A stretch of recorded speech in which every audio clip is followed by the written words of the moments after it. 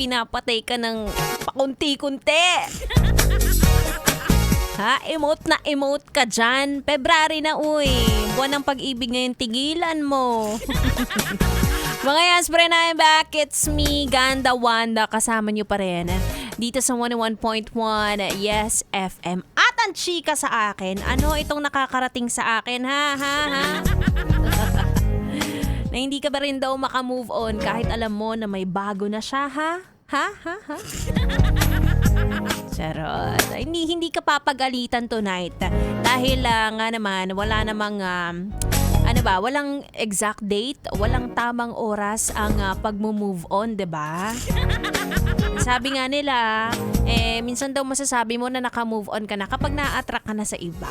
Kaya mga ganyan. Kapag yung paborito niyong pagkain ay nakakain mo na ng walang feelings, nang hindi ka naiiyak dyan. So, ganun. Oo. Sabi ko naman kasi sa'yo naunahan ka tuloy magkaroon ng iba.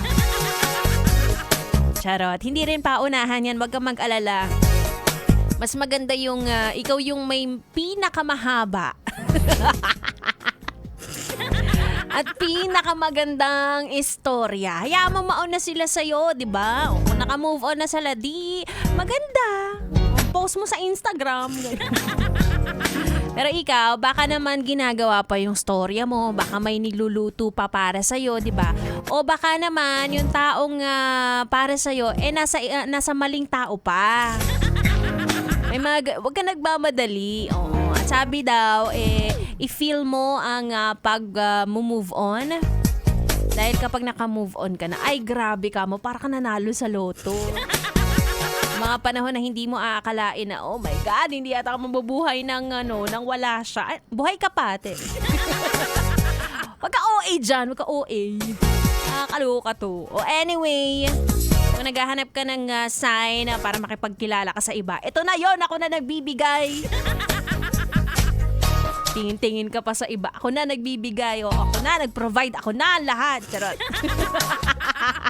Anyway, sa aking pagbabalik, makakasama ko na ang bibi nyo, bibi ng lahat ng tao na madali ring mag-move on. B-boy, tuloy-tuloy ang ating tugtugan dito lang sa 101.1 Yes FM Solid. Will your mouth